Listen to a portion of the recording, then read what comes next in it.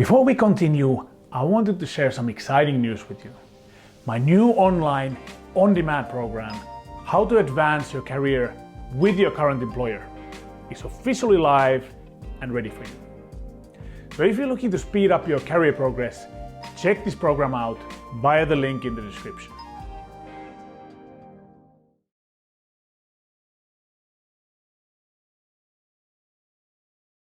So welcome to this Learning and Development Expert Series, brought to you by Lassi Albin and a selection of top learning and development experts from different industries. In previous episodes of the series, we had a chance to dive into banking and finance and tech industries. And today, we're switching industry into medical devices and have the wonderful opportunity to talk to Patricia Taparelli, who is the Global Senior Manager for Leadership Development at Sonova Group in Switzerland. Sonova, as a company, is a leading provider of innovative hearing care solutions present in over 100 countries. And prior to joining Sonova Group, Patricia built her career in various people development management roles at ABB World Headquarters and with Caterpillar earlier on. And now we have the wonderful opportunity to learn from her experiences and really what is going on in the area and industry of medical devices. So welcome, Patricia.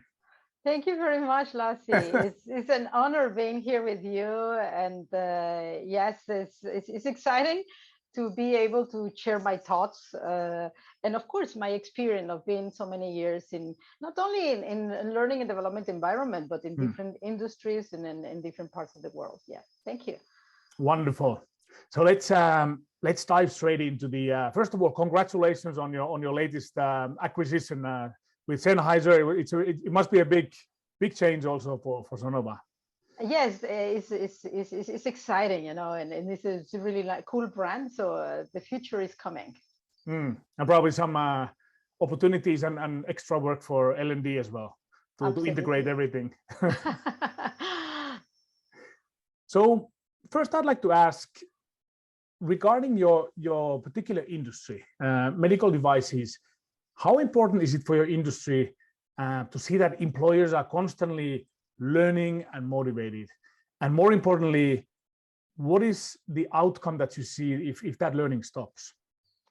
Good question. Good question. For your first question, you know, with the constant change we live today in the world, I personally believe that it's of key importance to be a continuous learner, especially in the technology and hearing care solutions where I am today.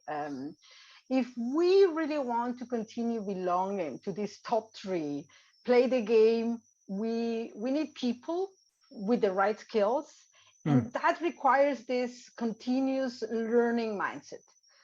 For your second question, you know, what will happen if learning stops? Well, what can I say? As simple as we will be out of the game very soon. So the competition is so tight. They are not sleeping. They are not sleeping. Absolutely. Perfect. And then maybe a continuation question on, there's a lot of talking about development and necessarily so. And then there are questions about the learning volume as such. Is there a way to define how much we should be, as talents, we should be learning in a year, for example? I think it's very difficult to assess how much learning volume you need per year, per month, per day, per week. However, as mentioned before, we need to adopt this continuous learning mindset because this is key. We learn every day. We learn every day. You know, it can be as simple as getting feedback from your kids.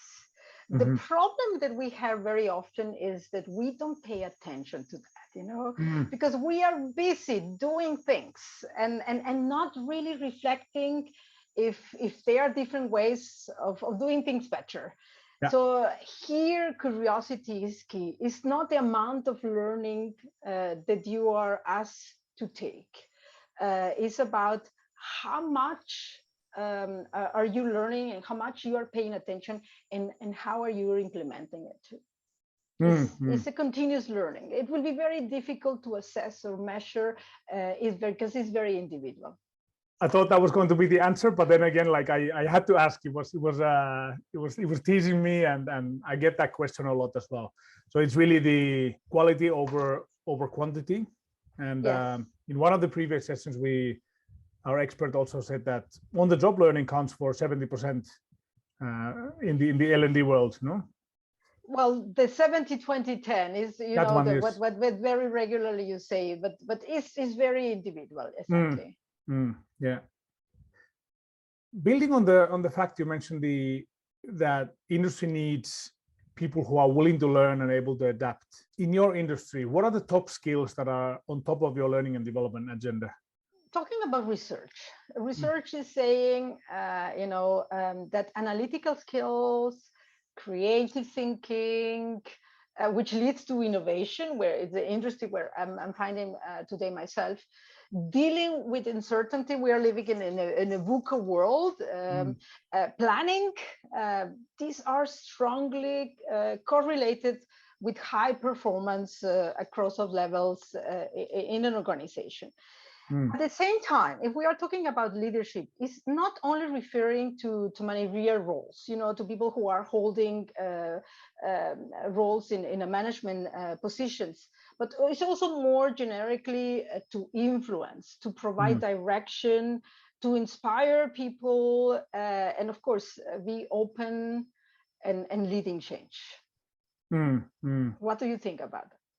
I would agree. There's also a lot of articles written now about AI, machine learning, all these topics, and how people management is moving, according to the articles, towards coaching, towards the leadership, towards guiding people that they understand the vast amount of data that is available already. So that would support also your point there. Absolutely. So fully agree. And when you compare it to, for example, your previous industries, manufacturing, although high-tech manufacturing, and now medical devices, do you see differences in L&D agendas and the topics, or are they very similar to each other? This is a very interesting question. It depends how specific we want to be. Are we talking about technical skills? Are we talking about functional skills? Are we talking about leadership skills? It's not the same to operate in an environment with audiologists than working with people who are in the manufacturer floor with operating with robots. So what are the skills that are important to make your industry successful? This is very individual, of course. If we are talking about leadership skills, this is very similar in both industries. In my view, as I mentioned before, what is key is to provide the right environment, and you need to the people to trust you. You need to provide the opportunity to try and learn.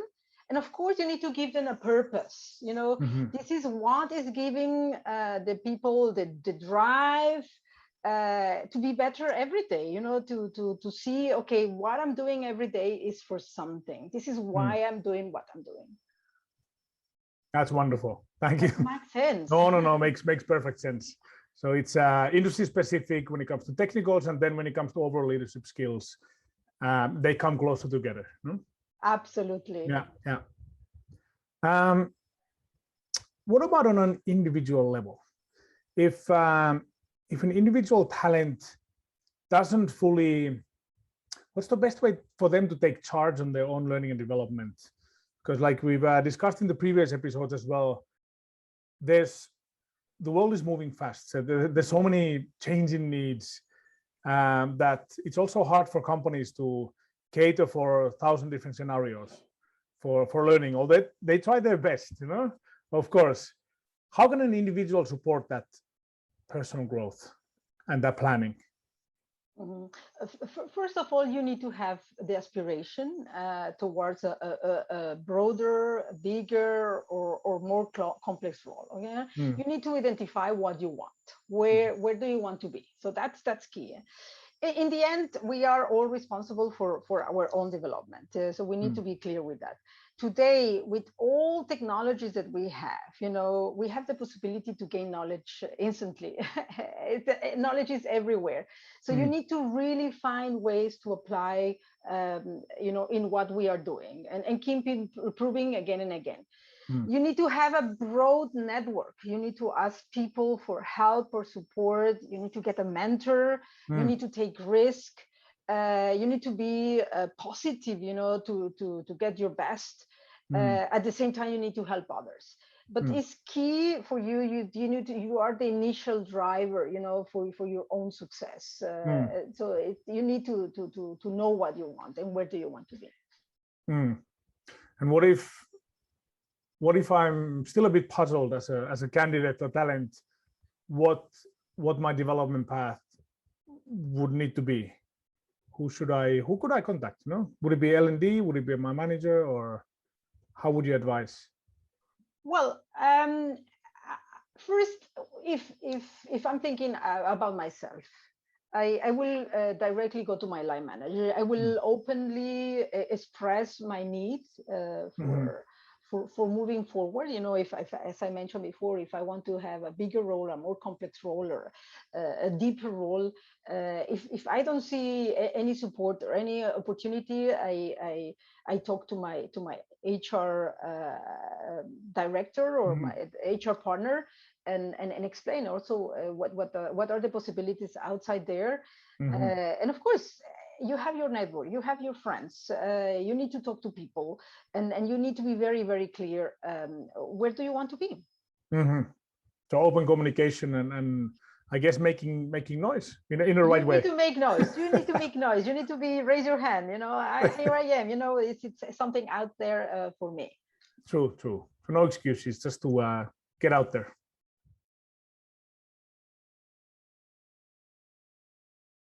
I wanted to share some exciting news with you. My new online on-demand program, How to Advance Your Career with Your Current Employer, is officially live and ready for you. So if you're looking to speed up your career progress, check this program out via the link in the description.